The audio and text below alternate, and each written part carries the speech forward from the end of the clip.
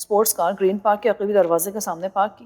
اسے فون پر یہ ہدایت ملی تھی۔ بلانے کا مقصد کیا تھا، بلانے والا کون تھا اور اس سے کیا چاہتا تھا؟ یہ باتیں اس نے راستے میں سوچی تھیں، لیکن اس کے ذہن میں کوئی بات اس کے علاوہ نہ آ سکی کہ وہ کسی اوباش گروہ کے ہتھے چڑھ گئی ہے جو اسے محض وقت گزاری کے لیے استعمال کرنا چاہتا ہے۔ وہ ان کا حکم ماننے پر مجبور تھی۔ انکار کی صورت میں ایڈگر کے ساتھ گزارے ہوئے حسین اور بے تکلف لمحات کی فلم اس کے شوہر کے حوالے کر دینے کی دھمکی دی گئی تھی۔ شمائلہ کو اس بات کا پتہ تھا کہ عاطف عزت و وقار کے سلسلے میں کس قدر سخت گیر طبیعت کا مالک تھا۔ حب الوطنی کے جذبے کے ساتھ ساتھ اسے اپنی عزت و ناموس کا بھی پورا خیال تھا۔ ایڈگر اگر اس کے سامنے موت سے ہمکنار نہ ہوا ہوتا تو وہ فون پر ملنے والی دھمکی کو محض مذاق بھی سمجھ سکتی تھی۔ اس سے بیشتر بھی رنگین مزاج افراد نے اپنے سنہری جال میں پھنسانے کی خاطر اسی قسم کی گھٹیا اور اونچے ہتھ کنڈے اختیار کیے تھے، لیکن انہیں منہ کی کھانی پڑی تھی۔ مگر اس بار معاملے کی نوعیت بہت زیادہ سنگین تھی۔ جو لوگ اس کی نظر میں آئے بغیر ایڈگر کو مارنے کی استطاعت رکھتے تھے وہ اس کی عالمی میں اس کی فلم بھی بنا سکتے تھے۔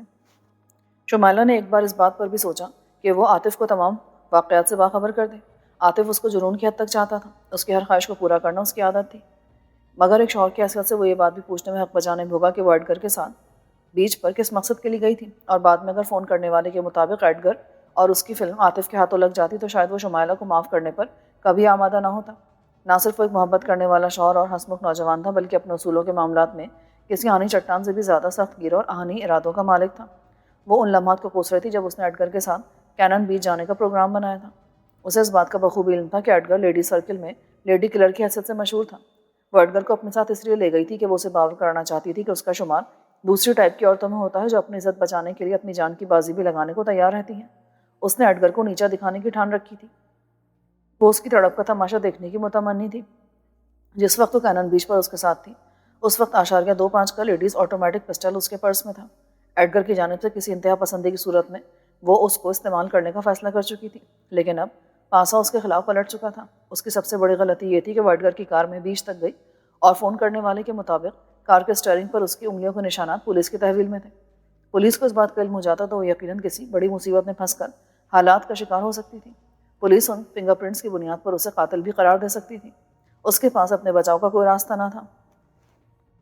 شمائلہ کے ذہن میں آندھیوں کے جھکڑ چل رہے تھے۔ اس نے اپنی دستی گھڑی میں نظر ڈالی۔ اس وقت 4:15 بجے کا عمل تھا، لیکن ابھی تک اس سے کسی نے رابطہ نہیں کیا تھا۔ وہ انجن اسٹارٹ کر کے واپسی کے ارادے کے بارے میں سوچ ہی رہی تھی کہ ایک بوڑھا شخص جو پھٹے پرانے کپڑوں میں تھا اور بظاہر مفلوق الحال دکھائی دے رہا تھا اس کے قریب پہنچ کر رک گیا۔ اللہ کے نام پر کچھ ملے گا، دفع ہو جا، خدا تیرا بھلا کرے بچہ۔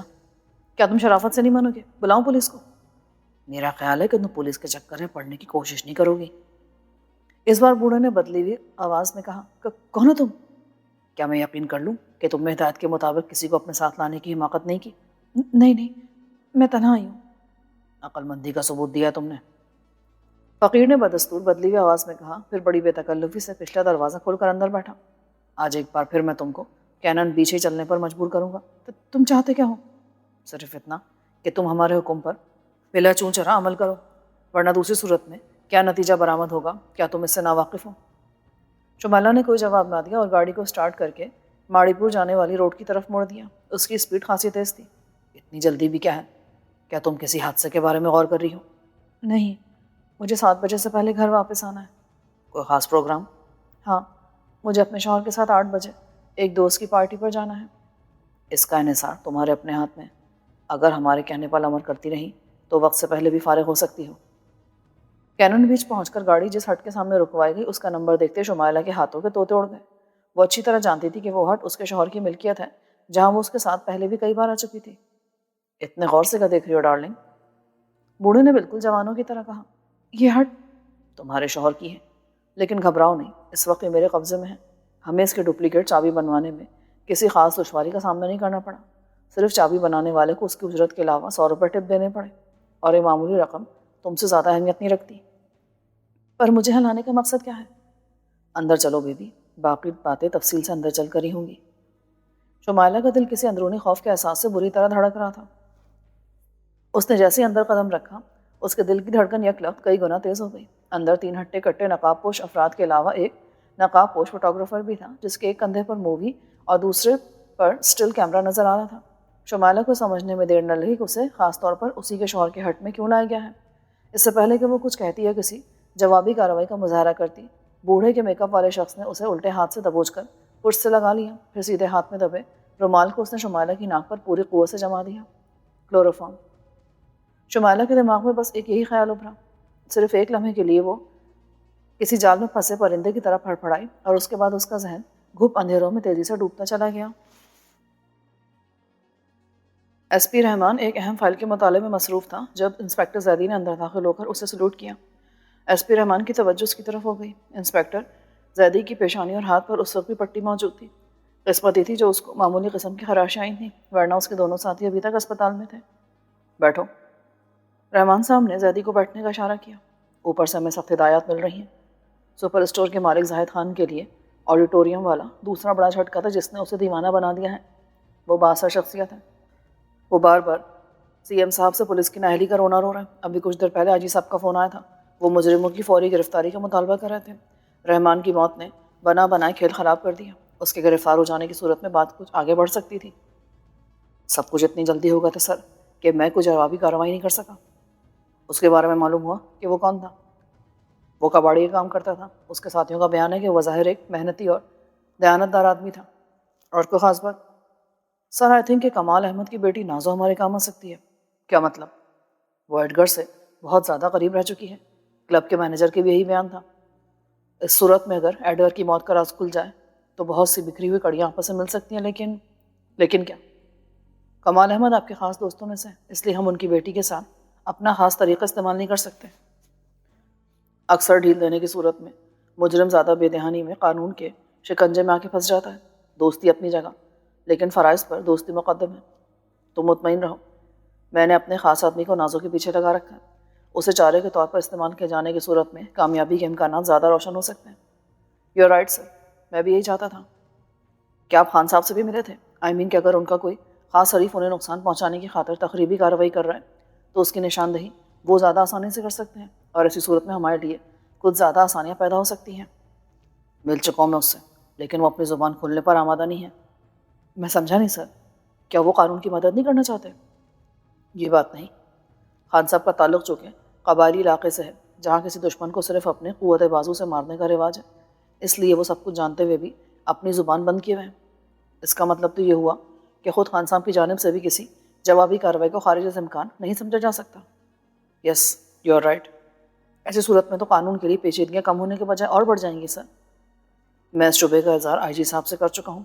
کلب کے چوکیدار اور دورانی کی موت کے سلسلے میں کوئی ثبوت ملا یا نہیں؟ ان دونوں معاملات میں بھی ابھی تک تو نتیجہ صفر ہی ہے، لیکن میں نے شعبے کے طور پر ایک اور شخص کو اٹھا لیا۔ کون ہے وہ؟ رینبو کلب کا مستقل فوٹوگرافر۔ مجھے یقین ہے سر، اگر سختی کی جائے تو اس کی زبان کھلوائی جا سکتی ہے۔ شعبے کی وجہ؟ ممکن ہے میرا تجربہ غلط ہو، لیکن کلب کے مستقل فوٹوگرافر بھی کسی بلیک میلر سے کم نہیں ہوتے۔ ان کے کیمروں میں بھی ہزاروں راز دفن ہوتے ہیں جن کی یہ منہ مانگی قیمت وصول کرتے ہیں۔ گڈ، میں تمہارے خیال سے پوری طرح متفق ہوں۔ زبان کھولی اس نے اپنی۔ آپ کی رہنمائی کے بغیر میں نے کوئی کارروائی مناسب نہیں سمجھی۔ اس کے بارے میں کچھ معلومات حاصل کی؟ یس سر، وہ سوسائٹی کے ایک فلیٹ میں اکیلا رہتا ہے جو بظاہر قیمتی فرنیچر سے راستہ ہے۔ اس کی ذات کار بھی اپنی ہے۔ کیا تم نے اس کے اسٹوڈیو کی تلاشی بھی لی؟ ایسی صورت میں ہمارے ہاتھ کچھ ثبوت نیگیٹو یا پرنٹ کی صورت میں سامنے آ سکتے ہیں۔ جس فلیٹ میں وہ مقیم ہے وہاں اسٹوڈیو ٹائپ کی کوئی چیز نہیں ہے، صرف ایک کیمرہ ہے، لیکن وہ بھی خالی۔ میں نے اسٹوڈیو کے بارے میں اس سے پوچھا تھا، لیکن وہ زبان کھولنے پر تیار نہیں ہے۔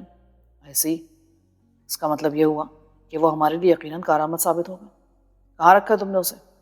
اسی علاقے کے تھانے کے ایک لاک اپ میں۔ ویسے میں نے ایس ایچ او کو اس کی اہمیت کا احساس دلاتے ہوئے اس پر کڑی نگرانی رکھنے کی ہدایت کر دی ہے۔ کیا تم نے اسے لاک اپ میں بند کرنے سے پہلے تلاشی لی تھی اس کی؟ اس کے پاس کوئی ایسی چیز تو نہیں جس سے وہ خودکشی وغیرہ کر لے؟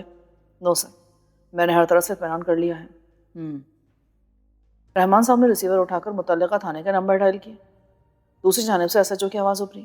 ایس پی رحمان دسائن، کچھ دیر پہلے انسپکٹر زیدی نے ایک مشکوک شخص کو آپ کے لاک اپ میں بند کرایا تھا؟ یس سر، کوئی گھنٹہ پہلے کی بات ہے، لیکن جناب 15-20 منٹ پہلے وہ اسے آ کر دوبارہ اپنے ساتھ لے گئے ہیں۔ اوہ نو، تمہیں یقیناً دھوکہ ہوا انسپکٹر۔ وہ کوئی بہروپیہ ہوگا، اس لیے کہ زیدی تو میرے سامنے موجود ہے۔ ہو سکتا ہے آپ درست کہہ رہے ہوں، لیکن انسپکٹر زیدی سے میری ملاقات براہ راست ہوئی تھی۔ وہ اپنی اسٹاف کار میں اسے لینے آئے تھے۔ انہوں نے قیدی کو کسی خاص احتیاط کے پیش نظر کسی اور تھانے میں منتقل کرنے کا ارادہ ظاہر کیا تھا۔ رحمان صاحب نے جھلا کر ریسیور رکھ دیا۔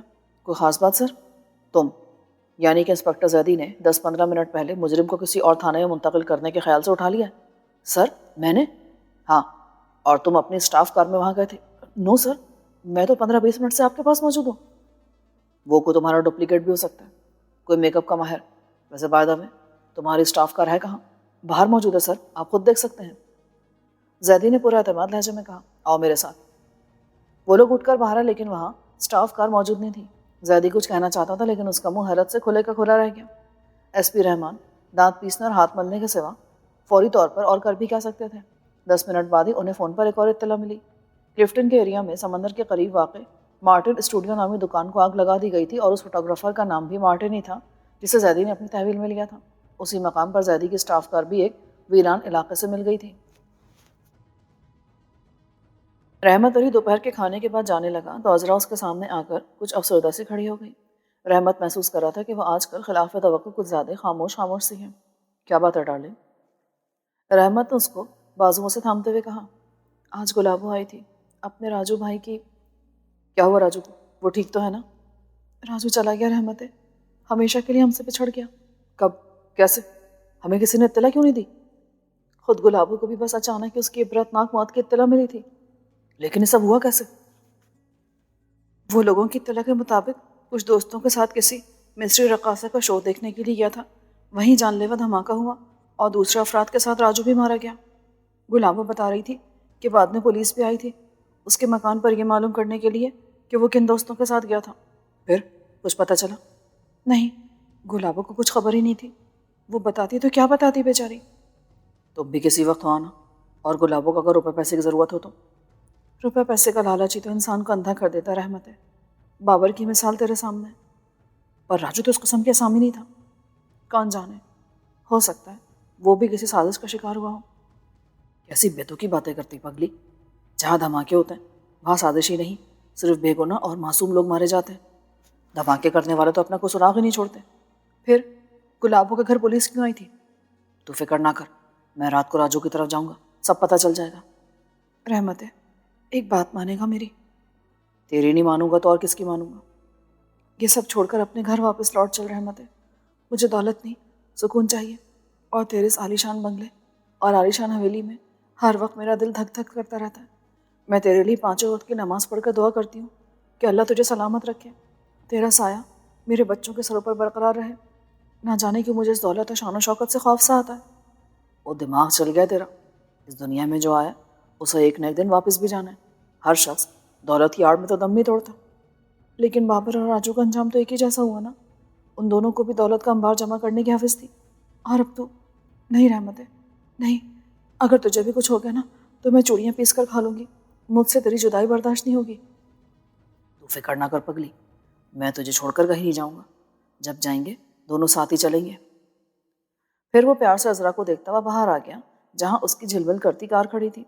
دفتر پہنچا تو سب سے پہلے اس کی ملاقات مونیکا سے ہوئی۔ رحمت علی شروع دن سے ہی محسوس کر رہا تھا کہ وہ اس کی ذات میں بہت زیادہ دلچسپی لینے کی کوشش کر رہی ہے، لیکن اس نے جواب میں کبھی مونیکا کو لفٹ دینے کی حماقت نہیں کی تھی۔ سردار خان اسے پہلے ہی بتا چکا تھا کہ مونیکا کے کانٹے کا کوئی منتر نہیں۔ تم 15 منٹ لیٹ ہو، لنچ ٹائم 2 بجے ختم ہو جاتا ہے۔ مونیکا نے کہا، ہاں مجھے علم ہے، لیکن آج بھوک کچھ زیادہ ہی لگی ہوئی تھی۔ پھر گھر جانے کی کیا ضرورت تھی؟ بھوک مٹانے کا بندوبست یہاں دفتر میں بھی تو ہو سکتا تھا، تم کہہ کر تو دیکھتے۔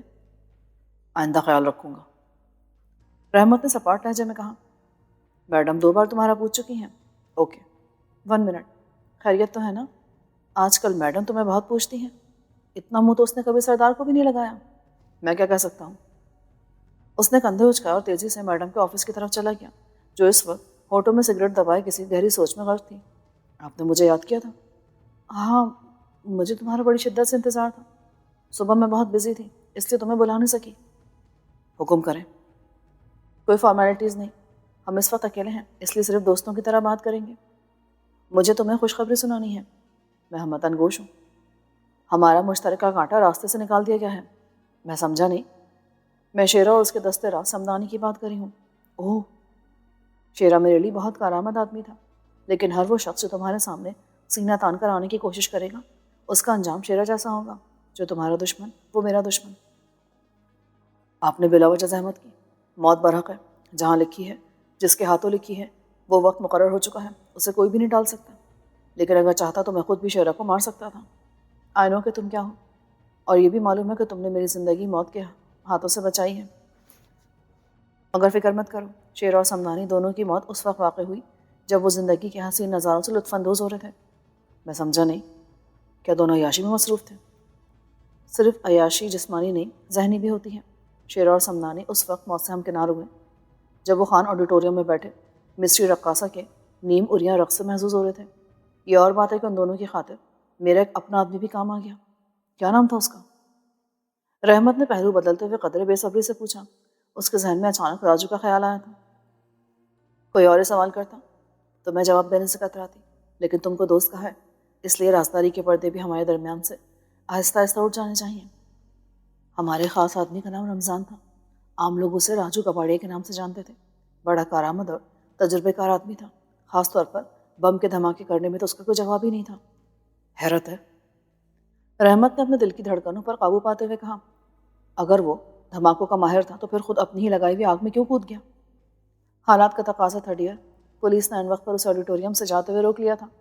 وہ اس کی تلاشی لینا چاہتے تھے، اس لیے کہ ایک بار وہ پولیس کی نظروں میں پہلے بھی آ چکا تھا، مگر اس وقت وہ تلاشی نہیں دے سکتا تھا۔ آڈیٹوریم میں جو پلاسٹک بم رکھا گیا تھا اس کا ریموٹ رمضان کی جیب میں تھا۔ پکڑے جانے کی صورت میں اس کا بچنا پاسبل نہیں تھا، اس لیے کہ خان سپر اسٹور کی تباہی بھی اسی کے ہاتھوں عمل میں آئی تھی، لہٰذا اس کے پاس صرف ایک ہی راستہ تھا، بہادری اور جمع مردی سے موت کا راستہ۔ چنانچہ رمضان نے ریموٹ کا بٹن دبانے سے پہلے ایک کیپسول نکال کر منہ میں ڈال لیا۔ ایک ایسا تیز اور مہلک زہر اس کے اندر موجود تھا جس نے لمحوں میں اسے موت کی پرسکون آغوش تک پہنچا دیا، لیکن خود مرنے سے پیشتر وہ اپنا فرض پورا کر گیا تھا۔ اوہ آئی سی، لیکن ہم اس کے بیوی بچوں کا خرچ کیسے چلے گا؟ کیا تم اسے جانتے تھے؟ ہاں، پہلے میں جہاں رہتا تھا وہیں قریبی راجو کا چھوٹا سا مکان تھا، ہمارے درمیان دوستوں کی حد تک سلام دعا تھی۔ گڈ، مجھے خوشی ہے کہ تم نے غلط بیانی سے کام نہیں لیا۔ ہمیں معلوم ہے کہ تم اور راجو نہ صرف ایک دوسرے سے واقف تھے، بلکہ راجو کی موت کے بعد اس کی بیوی گلابو تمہاری مسز سے پہلے ہی مل چکی ہے۔ But you don't worry, Raju ہمارا آدمی تھا، بھروسے کا آدمی، اس لیے اس کی خدمات کو فراموش نہیں کیا جا سکتا۔ اس کی بیوہ کے گھر کے تمام اخراجات اب ہمارے آدمی برداشت کرتے رہیں گے۔ رحمت نے کوئی جواب نہ دیا، البتہ اس وقت اسے یہ ضرور محسوس ہو رہا تھا کہ وہ جس عورت کی دوستی کے جال میں پھنس چکا ہے اسے نکاسی کا کوئی راستہ نہیں۔ وہ ایک ایسی خوبصورت، بھولی بھالی مگر زہریلی ناگن تھی جو وقت پڑنے پر اپنے بچے کو بھی ڈسنے سے گریز نہیں کرتی۔ وہ چاہتا تو ملازمت چھوڑ سکتا تھا، لیکن کیا ملازمت سے دستبردار ہو جانے کی صورت میں اس کی اپنی زندگی کی بھی کوئی ضمانت ہو سکتی ہے؟ یہ سوال اس کے ذہن میں تپتے بگولوں کی طرح گھوم رہا تھا۔ اس کا دل گواہی دے رہا تھا کہ جس بھنور میں وہ پھنس گیا ہے، فرار کی صورت میں اس کا ہر راستہ موت کی وادیوں تک پہنچ کر ختم ہو جاتا ہے۔ اس سوچ پہ گم ہو کر مائی ڈیئر راجو کی موت کے بارے میں سوچ رہا تھا۔ Oh don't be so serious, ہر بزنس میں فائدے کے ساتھ ساتھ خسارہ بھی لازمی ہے۔ جس شخص کو آج کروڑوں کا نفع ہوتا ہے اسے کل کے متوقع نقصان سے خوفزدہ نہیں ہونا چاہیے۔ زندگی کسی نفع نقصان کا نام ہے، پھر بلا وجہ ذہن کو پریشان کرنے سے کیا فائدہ؟ کچھ پیو گے؟ جی ہاں، صرف ایک گلاس ٹھنڈا پانی اور کچھ نہیں۔ میں آپ کو پہلے بھی بتا چکا ہوں کہ میں شراب نہیں پیتا۔ نیور مائنڈ، ابھی ہماری دوستی کی ابتدا ہوئی ہے، میرے ساتھ رہو گے تو آہستہ آہستہ ہر چیز کے عادی ہوتے چلے جاؤ گے۔ قبل از وقت اتنے یقین سے تو کچھ بھی نہیں کہا جا سکتا، مگر مجھے اپنی ذات پر صرف یقین ہی نہیں، مکمل اعتماد بھی ہے، اور اعتماد اور یقین ہی فتح مندی کی بھی ضمانت ہے۔ میڈم نے ایک بار پھر بڑے عجیب انداز میں سگریٹ کا طویل کش لے کر دھواں رحمت کے منہ پر اڑاتے ہوئے کہا۔ پھر مونیکا کے آ جانے سے میڈم نے اپنی جگہ سنبھل کر بیٹھنے میں نہایت پھرتی کا مظاہرہ کیا تھا۔ کمال احمد کچہری جانے کی تیاریوں میں مصروف تھے کہ ان کی دستی گھڑی پر ہلکی ہلکی بیپ کی آواز ابھری۔ ان کے چہرے پر یک لخت الجھن کے تاثرات پھیل کر نمایاں ہوتے چلے گئے۔ ٹائی کی گرہ باندھتے ہوئے وہ تیزی سے لائبریری کی طرف گئے اور فون اٹھا کر ایک نمبر ڈائل کرنے لگے۔ رابطہ قائم ہو گیا۔ میں سردار خان بول رہا ہوں، تمہارے لیے ایک اہم اطلاع ہے۔ تم؟ کمال احمد نے برا سا منہ بنایا۔ تم شاید بھول رہے ہو کہ اس وقت کس سے گفتگو کر رہے ہو۔ میں ہر شخص سے بے تکلفی سے پیش آنا پسند نہیں کرتا، اس کے علاوہ تمہیں ڈسپلن کا بھی خیال رکھنا چاہیے۔ سوری مائی ڈیئر، میں بھول گیا تھا کہ نازو کو ایکشن ٹیم میں شامل کرنے کے بعد آپ کی اہمیت بڑھ گئی ہے۔ اس کے علاوہ آپ ایک نامور قانون داں بھی ہیں۔ او یو، مطلب کی بات کرو۔ رینبو کے فوٹوگرافر کو پولیس نے اٹھا لیا ہے، 1 گھنٹہ پہلے کی بات ہے۔ خیریت تو ہے؟ کیا پولیس کے ہاتھ کو ثبوت لگ گئے؟ کمال گھبرا گیا۔ نو، مارٹن کو پولیس انسپکٹر زیدی ہی کی سٹاف کار میں پولیس کی تحویل سے نکال لیا گیا تھا۔ اس کے لیے مجھے زیدی کا میک اپ کرنا پڑا تھا۔ لیکن مارٹن اسٹوڈیوز کا کیا بنے گا؟ اگر پولیس وہاں تک پہنچ گئی تو اسے راکھ کے ڈھیر کے سوا کچھ نہیں ملے گا۔ ہم آنکھ اور دماغ دونوں سے بیک وقت کام لینے کے عادی ہیں۔ مارٹن کو آزاد کرانے کے بعد ہی اس کے اسٹوڈیو سے ضروری چیزیں نکالنے کے بعد اسے نظر آتش کر دیا گیا ہے۔ اوہ، مارٹن کہاں اس وقت؟ سیل نمبر 2 میں۔ وہ اتنا اہم آدمی بھی نہیں کہ اسے فارم ہاؤس دکھایا جاتا۔ لیکن کیا تمہیں یقین ہے کہ اس نے پولیس کے سامنے زبان بند رکھی ہوگی؟ فی الحال ہمارا یہی خیال ہے، اور مارٹن نے بھی یہی بتایا ہے۔ فوٹوگرافس اور مووی کا کیا بنا؟ وہ تمام چیزیں ہماری تحویل میں ہیں، لیکن گھبراؤ مت مسٹر کمال، ہمیں معلوم ہے کہ اب آپ کو پارٹی سے زیادہ نازو کا خیال ستاتا ہے، جسے باس نے اپنی مخصوص ٹیم میں شامل کر لیا ہے۔ کہ تم بار بار نازو کا حوالہ کس مقصد سے دے رہے ہو؟ آپ کو باور کرانا چاہتا ہوں کہ اب رینبو کلب کے رنگین لمحات کا بیشتر حصہ ثبوت کے طور پر میری تحویل میں ہے۔ کیا تم نے صرف یہی بتانے کے لیے مجھے فون کیا؟ نہیں، آپ کے لیے ایک اور کام ہے۔ سیل نمبر 2 پہنچ کر آپ کو اپنے تجربے کی روشنی میں یہ معلوم کرنا ہے کہ مارٹن کہاں تک سچ بول رہا ہے۔ اگر اس نے پولیس کو کچھ ثبوت فراہم کر دی ہیں تو بھی وہ قبول نہیں کرے گا، یہ آپ جانیں، مگر باس کا یہ حکم ہے۔ کیا مارٹن کے بیان پر اعتماد کر کے اسے چھوڑا جا سکتا ہے؟ آپ کے اعداد و شمار کیا بتاتے ہیں؟ کیا سیل نمبر 2 میں جانے کے بعد آج تک کسی کی گلو خلاصی ہو سکی ہے؟ ایسی صورت میں تو بہتر یہ ہوگا کہ کسی سے پوچھ گچھ کے بغیر ہی نہیں۔ باس اپنے اصولوں سے ہٹ کر کوئی بھی کام نہیں کرتا۔ مارٹن کی گراں خدمات کو اتنی جلدی فراموش نہیں کیا جا سکتا۔ ٹھیک ہے، میں مارٹن کو چیک کر لوں گا۔ رپورٹ کسے دینی ہے؟ باس آج شام تک خود ہی آپ سے رابطہ قائم کر لے گا۔ اور کوئی خاص بات؟ ہاں، سردار خان کا لہجہ معنی خیز ہو گیا۔ باس نے نازو کے لیے بھی ایک اہم ذمہ داری سونپی ہے۔ کیا اب نازو کے سلسلے میں بھی مجھے پیغام دینا ہوگا؟ کمال احمد کا لہجہ سرد تھا، اس کی پیشانی شکن آلود ہو گئی۔ نہیں، میں تو صرف آپ کو اس بات کی مبارکباد دے رہا تھا کہ نازو کو بھی اب بھرپور طور پر میدان میں لانے کا فیصلہ کر لیا گیا ہے۔ سردار خان، تم پھر میری حیثیت کو بھول رہے ہو۔ کیا مجھے براہ راست تمہارے باس سے تمہارے بارے میں بات کرنی ہوگی؟ اگر آپ کو میری مبارکباد بری لگی تو میں اپنا جملہ واپس لے لیتا ہوں۔ سردار خان نے مذائقہ اڑاتے ہوئے کہا، اور اس کے ساتھ ہی رابطہ منقطع ہو گیا۔ کمال احمد کا چہرہ غصے سے سرخ ہو رہا تھا۔ اس نے جھلا کر ریسیور کرڈل پر رکھا، پھر لمبے لمبے ڈگ بھرتا لائبریری سے باہر آ گیا۔ بظاہر اس وقت اس کا موڈ کچھ زیادہ ہی خراب ہو رہا تھا۔ وہ ایک رفاہی ادارے کا ہیڈ آفس تھا جہاں اس وقت بھی خاصی چہل پہل تھی۔ دوپہر کے تقریباً 2 بج رہے تھے۔ دفتر کا عملہ اپنے کام میں مصروف تھا اور آنے والے ضرورت مندوں سے درخواستیں وصول کر رہا تھا۔ گیٹ پر ایک پٹھان چوکیدار تھا جو بظاہر چپڑاسی لگتا تھا، لیکن اس کے بغلی ہولسٹر میں 3.8 کا آٹومیٹک ریوالور موجود تھا۔ تندرست و چاق و چوبند شخص تھا اور ایک کرسی پر ٹانگ پہ ٹانگ رکھے آنے جانے والوں کو دیکھ رہا تھا۔ ٹھیک 2:15 بجے ایک پجیرو آ کر دفتر کے مین گیٹ سے ذرا آگے رکی، پھر اس میں سے ایک شخص اترا اور چوکیدار کے پاس آ کر پوچھا، یہاں کمرشل بینک کہاں پر ہے؟ پچھلی سڑک پر۔ چوکیدار نے لاپرواہی سے کہا، یہ غالباً کو رفائی ادارہ ہے۔ ہاں، کیوں؟ کیا یہاں زمان صاحب نام کے کوئی بڑے افسر کام کرتے ہیں؟ آنے والے نے اطراف کا جائزہ لیا۔ روڈ پر اس وقت اچھا خاصا ٹریفک روا دوا تھا۔ خوب بات کیا ہے؟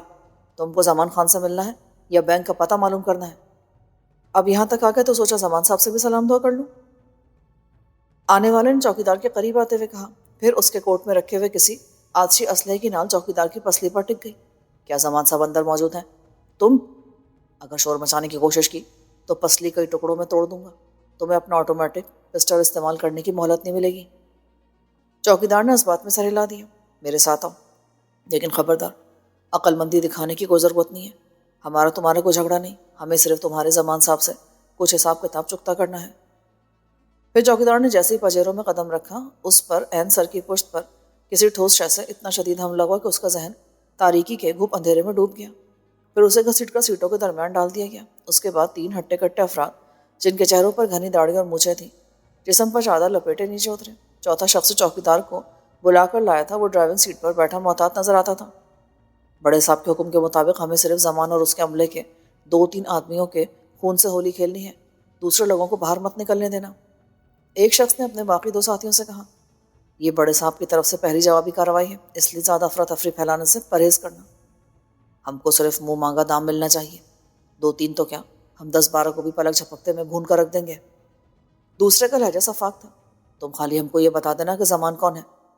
تیسرا بولا، ایک بات غور سے سنو، پہلی گولی میں چلاؤں گا، اس کے بعد تم کارروائی کرو گے، لیکن ہمیں 5 منٹ کے اندر اندر اپنا کام ختم کر کے واپس لوٹنا ہے، اس لیے کہ بڑے صاحب کا آرڈر ہے کہ کسی بھی قیمت پر ہمیں پولیس کے ہاتھوں میں نہیں آنا۔ پھر وہ تینوں اندر داخل ہوئے، جہاں سامنے میز پر ایک خوشپوش اور تنومند شخص شلوار قمیض اور کالی واسکٹ میں بیٹھا خاتون سے بات کر رہا تھا۔